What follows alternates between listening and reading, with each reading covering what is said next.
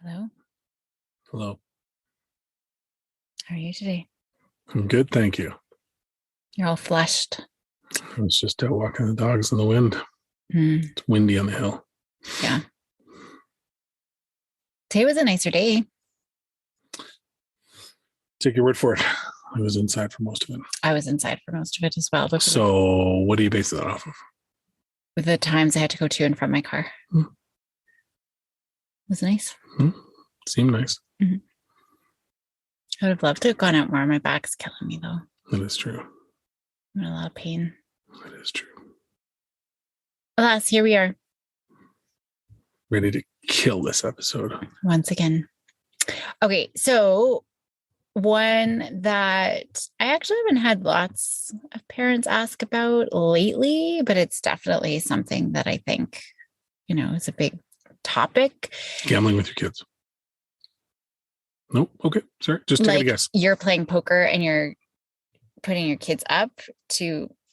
No, just teaching them general, spreads, how to play poker. Pickle would count love cards. That. Pickle would love that.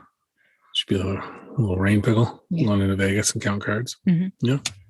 They do find that fascinating. We were talking about that one day, actually, for reals. Counting cards? Yeah. And they were fascinated with it. Well, I'll show them that one. I'll show them the one scene in Casino where they catch the card counters, and that'll be the end of that. Yeah. I had a magic trick where I was counting cards, but then I'd mess up because every time it was the 8th card, not the 10th card, something ridiculous like that. Yeah. I don't know how it works. All right. I have some good magic tricks. Like that one the other day? Well, no, that was a fail. The crumbs were too big.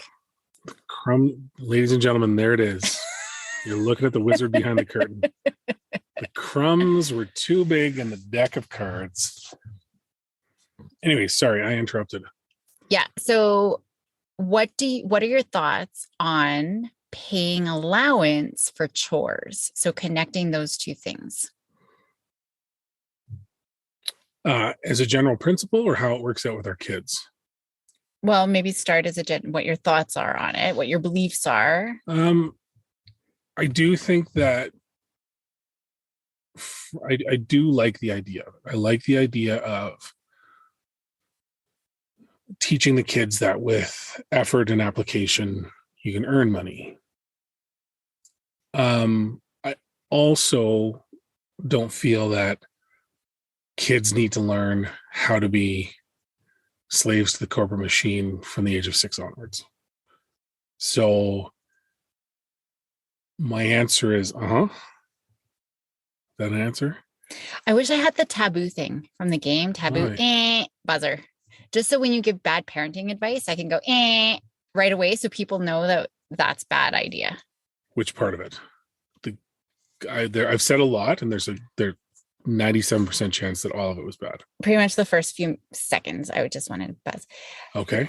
Connecting. But I did ask, to be fair, what are your thoughts on so you asked a question, I gave you my thoughts, and you immediately said, I wish I had a way of demonstrating to the listener that you're wrong the second you open your mouth. That's how today's going to go? Just so they don't think that what you say is a good idea to do. But I didn't frame it as a good idea. No, I know. Framed it as a response to my impatient wife's question. No, all good. So, as I said, I'm of two minds. Like I apparently shouldn't think that there's some value in tying wages to effort. But that's kind of how it was for me, right? Like, yeah. But at the end of the day, that's not what taught me. I look at our kids and I don't care how they get the money. I think, they've done enough little acting jobs and modeling stuff and stuff with you, and in that they understand the idea of commerce. I don't particularly care about the procurement of money. Mm-hmm. I care more about what they do with it when they have it. Yeah. Because that's not what I was ever taught. And nor was I. Sorry, I just wanted to see what it felt like. What? Nor was I. And my mom was a banker and knew all that stuff. But yeah, we've been good about teaching. Okay, so this is what you get. 10% goes to savings. This amount goes to pets, taking care of pets. Yep. This amount goes to taxes, which is essentially goes to our family fund or travel fund, which they think's annoying, but they got to pay taxes. Are we still going to collect that when they actually start paying taxes? No, I do. Oh, no. When they're... That'd be hilarious. Yeah, no, just for now. But so we do have it allotted in a little bit for mad money that they can spend. They can go to Circle K and buy it all on Slurpees if they want. And then planned money. So Maya's planning to save for her first car. Apparently she has $3,000 already. She does. Yeah, she does. And I bought my first car for $1,500 at an auction. So would you say it was roadworthy? Yes, it was roadworthy until I rolled it in the States and hitchhiked home and told my parents that's a whole different story. That's a definite different story. Anyway, so we were definitely teaching them that piece, which I think is really important that we do. I am curious though, before I go into my perspective on allowance and chores, you had asked me back 2 questions. One is my idea of it, my opinions of it, or what we do with the girls. So what were you going to say about... I'm not answering any more of your questions. Why? Because there's a harsh bias from the other side of the table. No, I just don't want to give misinformation. I wish I had the taboo thing so I could eat you the second you say bad things. Just to clarify to parents what is good and I think not we've been upfront up good. At this point on who the expert is in this entire project. Okay. If at this point anyone is coming to this podcast thinking I'm the guiding light, they're in the wrong podcast and they have not read any of the bio summaries at all. Not even, you haven't even skimmed it if you think I'm the one you should be listening to. But I think you do sound like the educated one. I sound like a big baboon who... Oh, you're not that big. Forgets what she's talking about half the time, who's all about venture impulsiveness. Yeah. Not sure if I say inappropriate things. Like I did a presentation today and I said things and half the crowd laughed, half of them were... But again, it comes down to... And then the other... Maybe that's okay. So a third laughed, a third went, and a third, I'm sure, was just horrified. But you will never find happiness trying to be all things to all people. No, I know.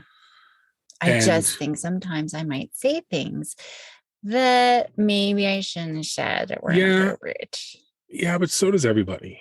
I suppose that's my ADHD impulsiveness. And then it's like, oh, bad idea. Totally. But you recognize it and you try not to do it again. I mean, you always do it again, but you try not to do it again. Lack of hindsight, foresight, learning from your mistakes. But I think it's, you got to be able to speak your mind. And that's a completely different soapbox for me in terms of society's trend towards black and white living and the inability to accept someone's faults as something other than inexcusable. It's just... Yeah, that's a different podcast for a different day. Okay. So are you still not going to answer the question? No, I'll answer the question. Okay. I was kind of more looking at we don't really tie it to anything. Right. We as a tandem, as a pair, as a 2 people against the 2 people we created, locked in an eternal battle to try and see who's supreme.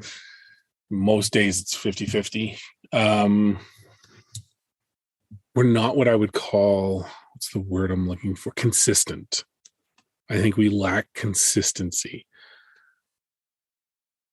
And I don't know.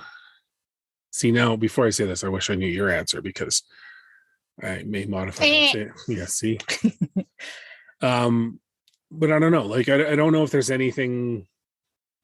I don't know if there's any inherent expectation with them because it happens so infrequently. Nor do I think that there's any real lesson behind it in terms of the money and what to do with it, and because it's inconsistent. You're very good about making sure that it's always done. It just might be 3 months at once, right? Or it may over the summer. Who cares? The kids don't usually need it, so we're off doing whatever, and it doesn't matter. So I actually have been consistent now. Yeah. Every month giving them their allowance. That's true. Yeah. There was a time where we added bonuses. So no, my belief is definitely we do not tie chores and allowance together. So what's the purpose of an allowance then?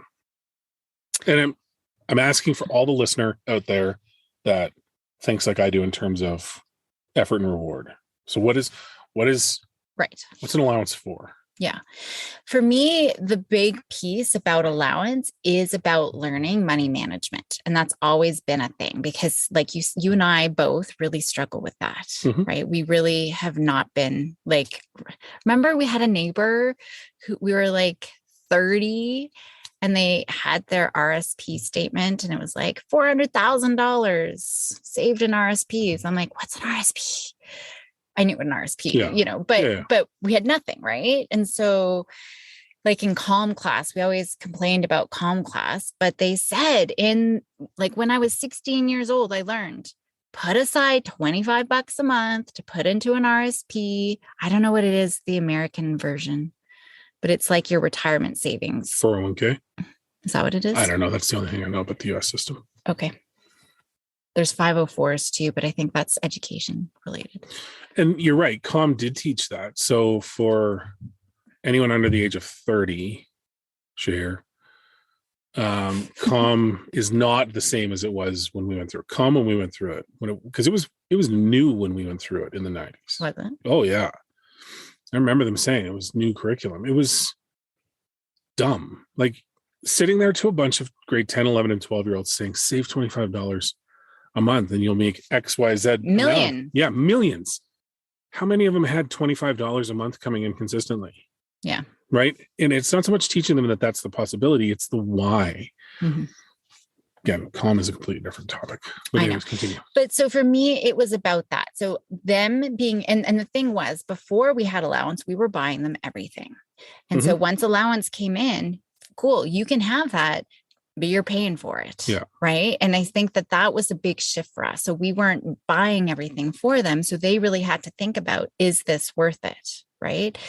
And so true. It's true. Right. There was about a year's transition where it wasn't a matter of, is this worth it? It was, I'm just going to call grandma's. Right. Yeah. And that was legit. Like, yeah, they weren't spending their money. But they realized there's alternative methods of procuring things, which is mom and dad aren't going to buy it. I'm not going to dip into my savings. Ring a ding. Yeah. Maya's really bad for that. She'll just wait for grandma's to pay for. Although Willow's getting to be like that again, but no, Willow straight up just says, let's go out so you can go to, we can go to Indigo. That's true. So, that's grandparents' prerogative, but she will also say, hey, mom, I'm going to grab this Archie. It's coming out of my allowance. Yeah. And she's very excited to have her own money. So I think that's a shift. Them being able to start learning, really for me, it was about money management so that they know, okay, I do have this. This is mad money. I can go and buy pop or whatever. Well, they would never buy pop, but I can go buy whatever crap I want. But this is really important. I want to save, right? Willow's not gotten to the place where she wants to save up, although she did want to save up for a boat for us one summer, which was amazing. I think she was just flexing that she had that much money. I don't think she really wants to spend it on a boat. Yeah, that's true. Well, no, she was excited to. She really does like buying things for other people. Totally. She does get pleasure out of that. But I really do think she wanted to buy our boat for us, right? Maya would never buy anything for anybody else. Like it's all for her. If I asked Maya to fill the boat, she'd say no. Right. So, and just like you're probably wondering how a kid would have money for a boat just from commercials and stuff that she was doing. So it was all legit. But anyways, that totally made it sound shadier than what it actually was. Okay. Had you not said it's all legit at the end of it, no one would have questioned that answer. But by saying, no, it's all on the up and up. But wouldn't you wonder how would a kid have enough money to buy a boat? That kid? No. Okay. Because guaranteed that kid would shake down a neighbor for $50 if she thought she can get away with it. Exactly. It's all legit. Yeah. She's not shaking up anybody. She earned it. I do get the point though, that we work for a paycheck, right? And all of that kind of stuff. And that's fine. But for right now, the chores is a whole other lesson. So the money, the allowance, it's one lesson, lifelong lesson that I want them to learn, right? Right. About saving and planning for the future at a young age, because we never think about our future selves ever until we're probably 40. And then we're like, oh crap, or 50 or 60. And we still probably have a hard time thinking of our future selves, but we for sure don't think of our future selves before we're 30. So it's just trying to teach them that lesson. And oh, wow, like there is benefits to saving and things like that. Like they get excited to see how much money they've saved. So anyways, that's the money lesson. The chore lesson though, is about family and contributing to the family and being a part of the family. I'm going to say right there, that's not working. That is not working. Okay. I'm not saying it's a failure on our part. It's solely rests on our children. Our children are failures at chores. Yes, as most children are. But I'm going to get to that in a second as well. Oh. About how come. Why come? Okay. But, and if you look at the research, really doing the chores for money isn't necessarily the best thing for kids. So it's just looking at what lessons you want to teach. Pretty much anything we do, and the reasons why we do it. Why are we doing what we're doing? If you want to connect chores with money, but know that your lesson is about effort and things like that, then that's fine. And we did have a time where there was bonus. If you went above and beyond, these are your basic chores that must get done every day or every week. If you wanted to earn more money, as a bonus, they could do that. Remember, we had that chart. So if you wanted to take out garbage, it was $1. If you wanted to do something extra that was above and beyond, then they had the opportunity to earn more on top of their allowance. So we did have that system. Yeah. But yeah, we weren't consistent with it. But I think that they really did. They bartered those jobs back and forth, eh? Those ones were open to whoever took them. So whoever had done them for the week would bring the little card and be like, here. No, I remember that, but they would figure out a way that they would maximize their earnings and minimize the amount that they had to do. And then they would both cherry pick. Right.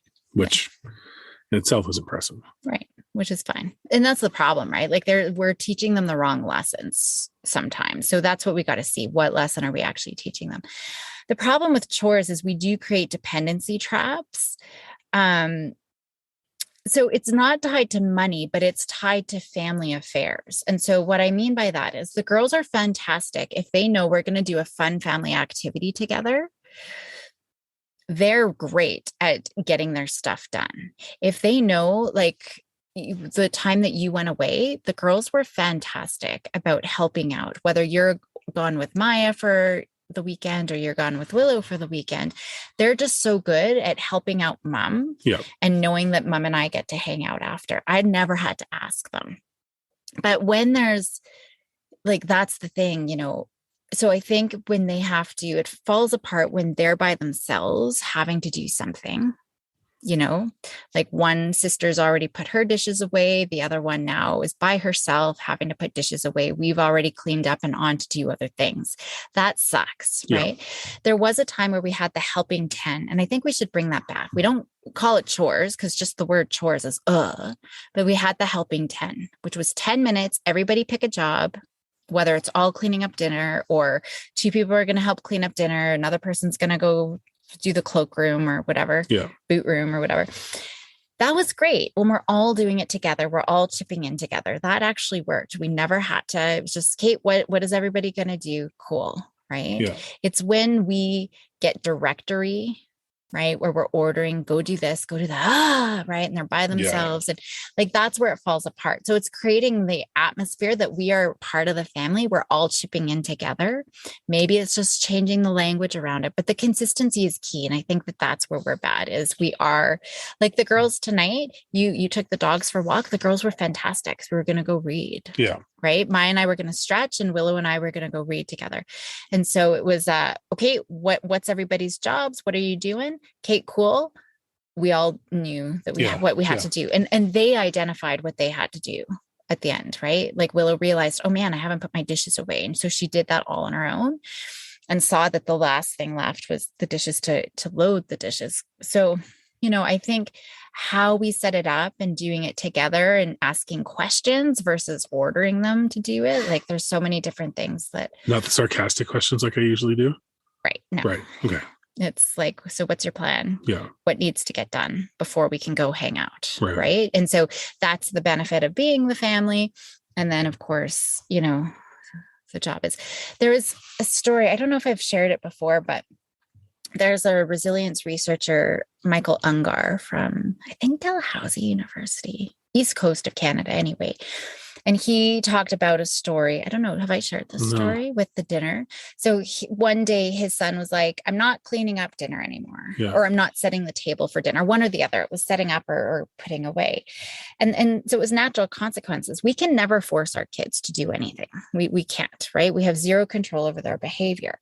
But he set it up as cool, like to be part of the family and to eat as a family. We all pitch in to help the family have this meal.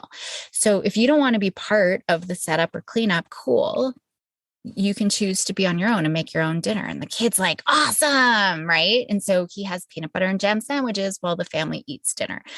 Next day, Michael's asking his kiddo, okay, so are you going to eat with us? What's the plan tonight? No, I'm going to eat by myself. I'm going to make my own dinner. Okay, cool. Next day, kid again has a peanut butter and jam sandwiches. So this went on for a few nights, right? And the kid's happy as a clam, eating his peanut butter and jam sandwiches. He doesn't have to contribute to the family dinner. Well, one night, Michael decides he's going to make his kid's favorite dinner. All like lasagna, garlic toast, all the fixins, dessert, everything. And he didn't tell his kiddo what he was making that morning, but said, what's the plan? No, mom, I own for dinner. Okay, cool, kid. So dad made this kid's favorite dinner. And guess what? He was like, oh, like just longing, but he held fast, ate his peanut butter and jam sandwich. And then guess what? He's like, you know what? I think I'm ready to eat with the family again.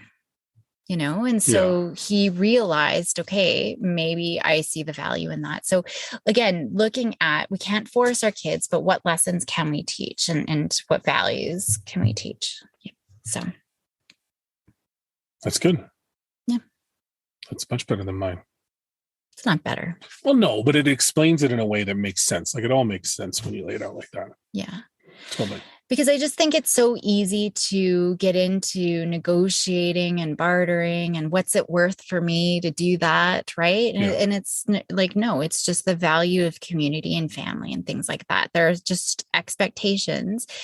Yes, we get a paycheck for our work that we have to do, but there's other things that we just got to be good people to each other and we have to help each other out. That's just being good, a good person, and so looking at the different values. For me, the money piece, I get what you're saying about effort and value and all of that, but for me right now, the big lesson about money is more about being responsible with money. Well, and there's two stages, right? Like they don't need to learn, like I said earlier, when I said I was concerned about teaching my kids how to be worker bees too early, right? And in the sense of not the lessons that come when you have the money, but the lesson of just working too young or working too much. As Maya gets older, there's opportunities for her to learn the work side of it differently, right? I would say not many of them have stuck yet outside of shoveling snow. But those opportunities separate from her allowance are the ones that she's probably learned more about earning simply because she earns based on what she does. The allowance is never changes no matter what she does, right? Yeah. So I understand that. I think that makes sense. Yeah. And then there's Willow, who just rolls in, makes thousands of dollars by hanging out on a set and people bringing her hot chocolate and chips and chocolate bars. Like she's living the high life with her money. She's going to have for me, outside of the allowance piece, what I want to teach them is, and this will come in time. This isn't necessary at the moment, but it's like the conversations we're having about, think about how you earn your money in a way that doesn't limit you. Right? Like you and I were raised with the traditional, well, you better get a job then. Okay, I guess I better get a job. And you went off and got your McDonald's job and your sport check jobs and whatever. And I worked at Phil's and I had paper routes, and those are fine, but they don't teach you how to make money in a way other than you have to conform to the rules presented to you. And as a reward, you get this paycheck. I want the kids to think things through in a way that gives them flexibility and options in how they earn their money. Things that you and I never would have thought of when we were younger. And we've had this conversation before in terms of, be a mortgage broker, be a real estate agent when you go to university. You don't have to wait tables and be working until 2 a.m. for whatever tips that you can get in the hopes that it's enough to cover your rent. Be smarter, right? And it's not to say that working restaurant jobs is bad, but there are other ways that they can learn how to earn, right? So I think there's some creative lessons that especially as Maya starts, she's really honing in on, I need a job. Mm-hmm. But she shoots down every suggestion for a normal retail job. There's a reason why. So I asked her the other day, I'm like, well, where do you think you can earn money that isn't one of these jobs, that doesn't rely on you being 16 years old and wearing a paper hat to go do this job? I don't know what her answer is going to be, right? Mm-hmm. But to me, that paired with your lessons about what to do when the money comes in is the two critical pieces. Mm-hmm. But that's conversation for another day. I think there's, already I've got like 10 different ideas of what I could say based on what you just said that could go off in lots of different things. But I think having lots of different experiences, like you skipped about 6 jobs between McDonald's and Sport Check that I worked. I've worked with in so many different fields, doing so many different things. And I think every experience was fantastic. And I knew what I liked and what I didn't like. There's a great book, Range. Actually, you should read it. You've read it? Mm-hmm. David Epstein? Mm-hmm. Oh, you did? Yeah, because you said this is a great book. You should read it. And then you went and read it? Yeah. Oh, okay. I'm literate, hey? Did you not know that about me? I can actually read words on a page. Didn't know that. Yeah. Are you going to react like you didn't know about the hockey pools? Like, no. Oh my God, you're literate. You can read. I know you can read. But that was just really fast because I feel like I just had that conversation with you. But anyway. Yeah. He talks about the early people who think that they know what they want to do early on. They're worse off, right? Than later on, than people who do dabble. And it took me a long time. I mean, it took me 17 years to get my doctorate, but I started university. I didn't know. Psychology was never on my radar. I thought I was going to be a lawyer or a police officer. And, I went into anthropology. I thought I was going to be Diane Fossey. But I hated cultural anthropology. So then I was going to be a sociologist and I was in drama. It took me a long time to get to where I want. And I think that that's good. Having all of those experiences are so important. But you're talking about the experience of those different jobs. I'm talking about education. Sure. And travel. It's not just jobs. No, I know. But what I'm saying is there is a trap with manufactured jobs that are rigid in what they let you do. Right. You're talking about very interesting fields and different things that you can learn. I'm literally talking about standing at a till, getting yelled at because your coffee isn't right. That sort of job. Right. Those are the jobs that are required. See, people are going to call me some wacko, but these are the jobs that are required for society as it's set up today to function at a level that offers comfort to those that can actually afford it. Right? Those are the jobs that have its own inherent lesson if you pay attention to it, which is this job is awful and I don't ever want to do something like this again. And a lot of times it elevates people to never do that job again.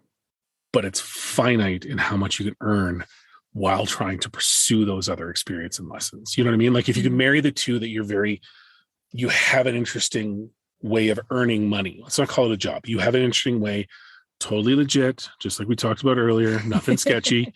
But you earn that money that allows you to pursue post-secondary education, travel, all of those things. That's what I want them to understand. Mm. Yes, at an early age, it's coin operated. You do a task, you earn some money. You do a task, you earn some money. There is a point where that becomes a trap. Yeah. And they need to learn very quickly to think beyond the structure, the construct of, I can only do a job that someone gives me.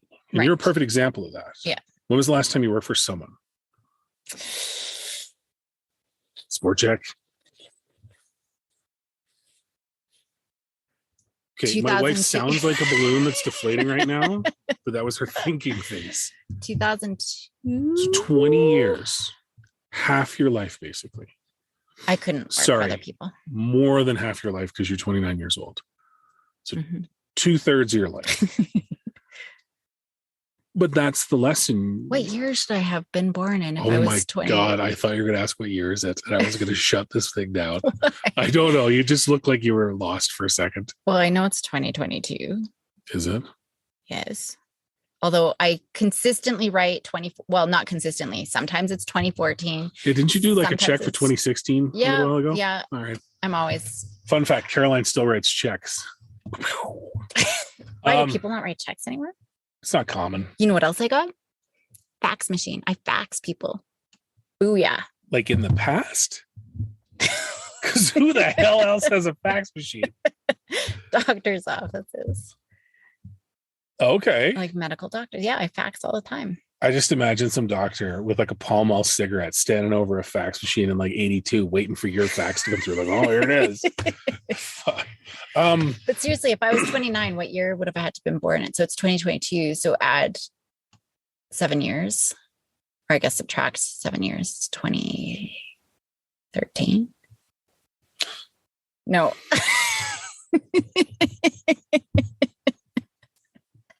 Other way. 1997. Show of hands, listener. Who's the most educated out of this pair? I was in math AP. Yeah. Calculus. I wasn't going to throw you down I under did the bus amazing. like that. I was in grade 11. I was only 15 years old in calculus class. So you were born in like 1982 to be 15 then. No, what? Oh, I thought we were just throwing out random numbers for years. No. I was born in 1997. Man, I was already in university then. I was halfway through university. You were what? What? Wait, you were what way through university by then? More than halfway through. In what year? 97. Undergraduate. Oh. Undergraduate, not doctorate. Yeah, I just love how you're like, I spent 17 years, and all of a sudden you're like, I was halfway through school, 3 years in. No. Yeah. I think we've got so anyways, topic. time travel. Yes. Yeah, that's where we left off. Mark Ruffalo. What? Mark Ruffalo figured out time travel. You literally just ruined the Atom Project for people. No. Yeah. The whole premise is. But people don't know the Hulk is in it right away. Yeah, they do. He's in the trailer talking to his dad, talking to his little self and his big self. Not Mark Ruffalo's little self, his kid and big kid grown up, who's the Canadian actor guy. I have a great idea for an Reynolds. offshoot podcast for you and I. What? And it's you create oral trailers for movies. So you watch the trailer and then you turn it off and then you have to explain to people what the movie is about from that trailer. Okay. I think that would be fantastic.